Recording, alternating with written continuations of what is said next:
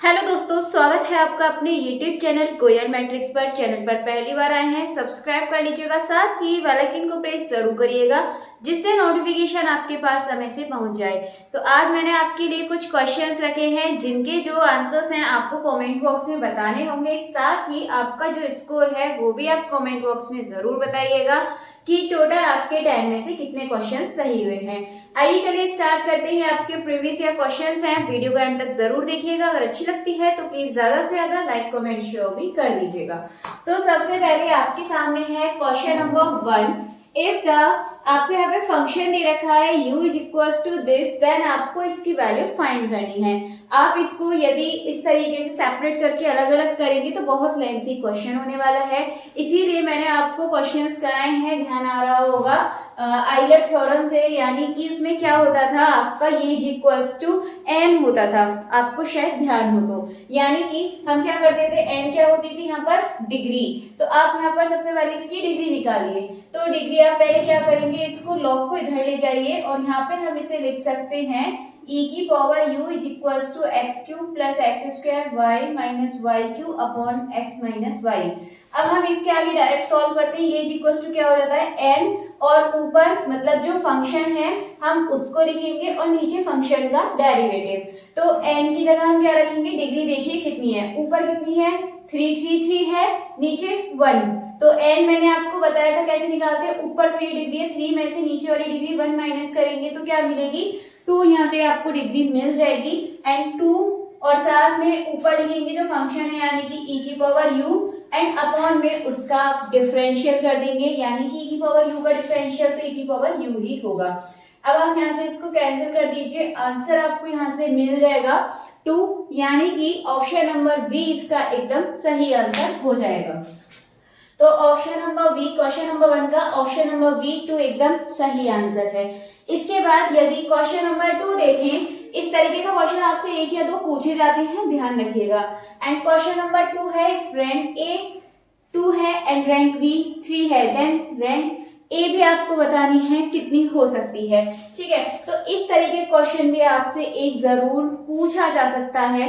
तो इसके निकालने का तरीका ये होता है, जैसे इसमें रैंक दे रखी है, ए की 2 दे रखी है एंड बी की 3 दे रखी है, देन रैंक ए बी। तो अब जो ए बी की रैंक आएगी, यानी कि इन दोनों के जो प्रोडक्ट होगा, ए बी की जो रैंक आएगी वो ध्यान रखना। जैसे सबसे कम कौन सी है, मिनिमम 2 है। ठीक है, मिनिमम जो रैंक है 2 है, या तो वो इसके इक्वल होगी या इसके लेस होगी, तो आपको ध्यान रखना है। अब इसमें ऑप्शन है नहीं 6 5 3, 2 ऑप्शन नहीं है, तो हम इसमें जो ऑप्शन नंबर डी है ये इसका सही आंसर मान लेंगे, यानी कि क्वेश्चन नंबर 2 का ऑप्शन नंबर डी एकदम सही आंसर हो जाएगा।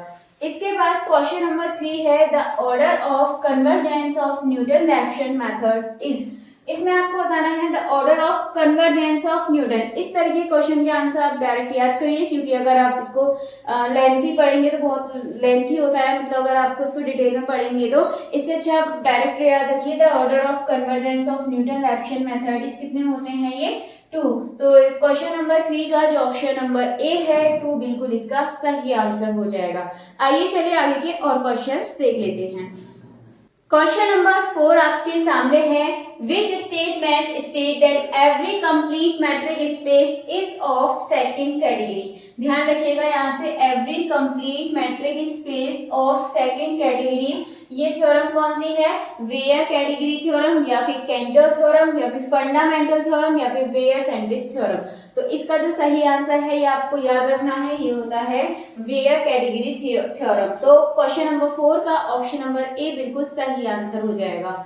इसके बाद क्वेश्चन नंबर 5 है, द रूट ऑफ इक्वेशन, एक इक्वेशन दे रखी है using the bijection method in 4 stage is. इसके आपको रूट बताने हैं 4 स्टेजेस में। तो इसका ऑप्शन नंबर ए दे रखा है बी सी एंड डी। आइए चलिए इसको सॉल्व करते हैं। सबसे पहले इसको सॉल्व करने की ये तरीका होता है, आपको इंटरवल फाइंड करना होता है। तो सबसे पहले यदि हम देखेंगे यहाँ पर आपको तब तक इसमें पॉइंट सेटिस्फाई कराने हैं जब तक कि वैल्यू नेगेटिव से पॉजिटिव ना हो जाए। जैसे कि हम यहाँ पर 0 रखें तो वैल्यू आपको कैसी मिलेगी, नेगेटिव। यदि हम 1 रखेंगे तो वैल्यू कैसी मिलेगी आपको, यहाँ पर 1 रखने पर नेगेटिव वैल्यू आपको यहाँ से मिलने वाली है। 2 रखेंगे तो देखेंगे 2 2 4 2 ज़ा 8 माइनस 4 टू ज़ा ये हो जाएगा यहाँ से 8 में से 8 जाएगा माइनस का 9, तभी भी आपको ये नेगेटिव मिलेगा।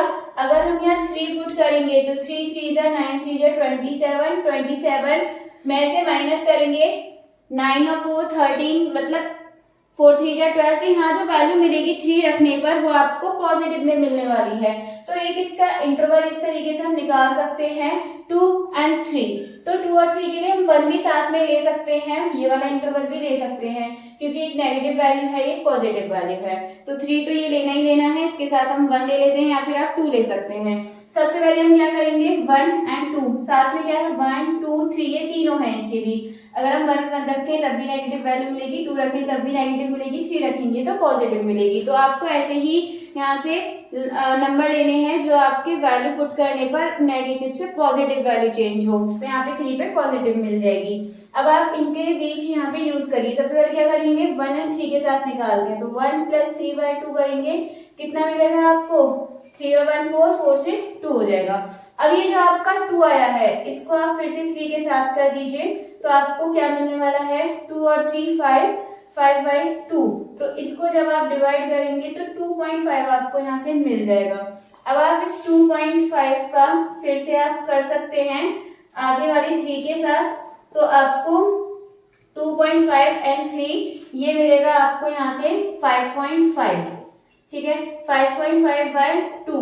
अब आप इसको क्या करेंगे 2 से इसको डिवाइड करेंगे, और जब आप इसको 2 से डिवाइड करेंगे तो ये मिलेगा आपको 2 2 ज़ा 4, पॉइंट लगाएंगे 2 7 ज़ा 14 और 2 5 ज़ा 10, 2.75। अब 4 स्टेप के लिए आप एक काम करिए, इसका और इसका जो ये दोनों मिले इनके बीच का आप निकालिए। तो ये 2 से डिवाइड करेंगे कितना हो जाएगा ये आपका यहाँ पे 5, यह लगता है यहाँ पे 5, और ये हो जाएगा 7 और 2, तो यहाँ पे मिलेगा 2 और यहाँ हो जाएगा 5.25 डिवाइडेड बाय 2। जब आप इसको यहाँ से सॉल्व करेंगे तो आपका अप्रोक्सीमेट मतलब आंसर देखेंगे अप्रोक्स में, तो ये ऑप्शन नंबर बी आएगा यहाँ से 2 से अगर आप इसको डिवाइड करते हैं तो। और बाकी अगर ये आंसर इसका एकदम फिक्स नहीं आएगा, मतलब थोड़ा बहुत चेंज आएगा पॉइंट्स में, बट ये इसके ज्यादा नियरेस्ट है, इसीलिए इसका जो ऑप्शन नंबर बी है इसका आंसर ऑप्शन नंबर बी हो जाएगा। देन क्वेश्चन नंबर 6 आपके सामने है, what is sine inverse cos x dx। इसका आपको इंटीग्रल बताना है। तो इंटीग्रल करने के लिए आप क्या करेंगे यहाँ पर साइन इनवर्स, आप इस cos x को लिख सकते हैं sin π/2 माइनस x, इस तरीके से आप यहाँ पे लिख दीजिए, जिससे क्या होगा ये साइन से साइन यहाँ पर इस तरीके से कैंसिल हो गया, आपके पास बचेगा π/2 माइनस x dx। अब आप सिंपली इसका इंटीग्रल कर दीजिए, तो πx/2 माइनस x²/2 ये इसका आंसर हो जाएगा, साथ में कांस्टेंट। तो देखिए कौन सा ऑप्शन सही है, ऑप्शन नंबर इसका ए, यानी कि क्वेश्चन नंबर 6 का ऑप्शन नंबर ए बिल्कुल सही आंसर हो जाएगा। क्वेश्चन नंबर 7 आपके सामने है, इफ 2 की power x is equal to 3 की power y is equal to 12 की पावर z, देन आपको इसकी वैल्यू फाइंड करनी है। इस तरह के क्वेश्चन आ सकता है, यानी कि मतलब 2 से 3 क्वेश्चन तो आपको थोड़ा इस लेवल के दे सकते हैं। आइए चलिए देखते हैं इस तरीके क्वेश्चन को कैसे करेंगे। तो 2 की power x is equal to 3y is equal to 12 की पावर z, आप इक्वल में ऐड कर लीजिए x। अब आप क्या करेंगे सभी के साथ लॉग ले लीजिए, लॉग ले लेंगे तो क्या हो जाएगा x is equal to log और 2 बेस में चला जाएगा एंड उसके साथ k, y की वैल्यू हो जाएगी यहाँ से लॉग हो जाएगा। देन इसके बाद क्या है ये 3, तो 3 बेस में जाएगा k and z is equal to यहाँ पर आपको मिलने वाला है लॉग, और ये जो आपका यहाँ पे 12 है ये हो जाएगा यहाँ पर बेस में चला जाएगा एंड आप इसको इस तरीके से यहाँ पे लिख सकते हैं। देन इसके बाद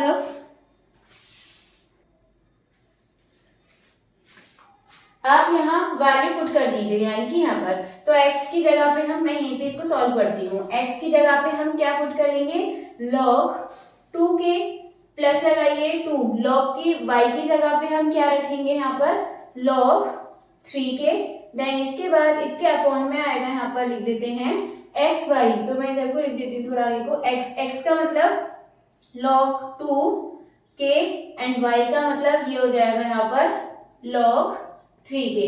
इतना करने के बाद आप क्या करेंगे इनको अलग अलग कर लीजिए यहाँ पर। जब आप इसको यहाँ पर अलग करेंगे तो ये मिलेगा log 2 के से log 2 कैंसिल, तो 1/log 3 के हो जाएगा देन इसके बाद प्लस में ये से कैंसिल होकर 2 log 2 के आपको यहाँ पे बचने वाला है।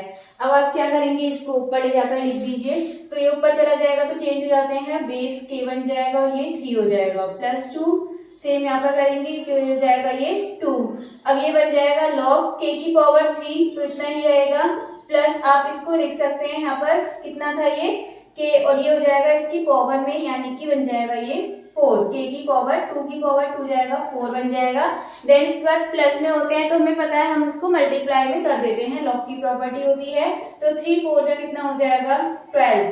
तो log के 12 का मतलब यहाँ से आपको क्या आंसर मिल जाएगा, z आपको यहाँ से आंसर मिलने वाला है, क्योंकि जब आप देखेंगे log के 12 देखिए आपका किधर है, तो जैसे ये है, अब ये 12 क्या है, हम इसको अपॉन में पलट के लिख देंगे तो log 12 के ये बन जाएगा। तो हम क्या कर देंगे, इसका आंसर 1/z, यानी कि ऑप्शन नंबर बी एकदम सही आंसर हो जाएगा। इसके बाद क्वेश्चन नंबर 8 है, इफ 3 की पावर x माइनस 1 प्लस 3 की power x plus 1 is equal to 30। इसकी वैल्यू फाइंड करनी है, आसान सा क्वेश्चन है, कर दीजिए। तो 3 की पावर x इंटू इसको हम लिखेंगे अपॉन में 3 कर देंगे और प्लस लगाएंगे 3 की पावर x इंटू ये हो जाएगा 3 यहाँ पर इज इक्वल टू में कितना है 30। अब आप क्या करेंगे, यहाँ से एलसीएम लीजिए तो ये हो जाएगा 3x इंटू ये हो जाएगा 3 3 जा 9, तो इसको हम लिख सकते हैं 3 की पावर 2 3 की power x is equal to ये हो जाएगा आपका इधर जाकर 90। अगर आप यहाँ से देखें तो हम इसको डायरेक्ट यहाँ से इस क्वेश्चन को कर सकते हैं, क्योंकि आप यहाँ पर देखेंगे तो ये इसकी फॉर्म में बन जाएगा 3 की पावर x प्लस 3 स्क्वायर 3 की पावर x। जब आप यहाँ पे क्या कॉमन लेंगे, आप इसको लिख सकते हैं 3x प्लस 2, तो 3 की पावर x कॉमन लेंगे तो 1 प्लस 3 की पावर 2 हो जाएगा, तो हम इसको 9 लिख देंगे इज इक्वल टू 90। तो 3 की power x is equal to 90 upon में 1 और 9 10 जाएगा 9 बन जाएगा। तो 3 की power x is equal to 3 की पावर 2 लिख सकते हैं, तो x की वैल्यू हमें पता चल गई यहाँ से कितनी है 2। अब आप यहाँ से सिंपली आंसर निकाल सकते हैं, तो 3 2 प्लस 2 हो जाएगा 4 प्लस 3 की पावर 2 ये हो जाएगा 81 और 3 3 9, तो आंसर आपको यहाँ से मिलने वाला है 90। तो ऑप्शन नंबर बी एकदम बिल्कुल सही आंसर हो जाएगा। इसके बाद क्वेश्चन नंबर 9 है, बहुत ही आसान सा क्वेश्चन है, काफी बार आपके एग्जाम में पूछा भी गया है। क्वेश्चन है the vector F is irrotational vector. Irrotational होता है तो इसके लिए आप ध्यान रखिए कर्ल होता है, और जब आपका इरोटेशनल से दूसरा वाला आ जाता है तो उसमें क्या होता है दूसरा, तो दूसरा वाला क्या होता है वो सोलेनोइडल। इसके बाद क्वेश्चन नंबर 10 है, इसका आंसर आपको बताना है कमेंट बॉक्स में कि इसका आपका सही आंसर क्या होगा। अगर वीडियो अच्छी लगी है तो प्लीज ज्यादा से ज्यादा इसको लाइक कमेंट शेयर कर दीजिए।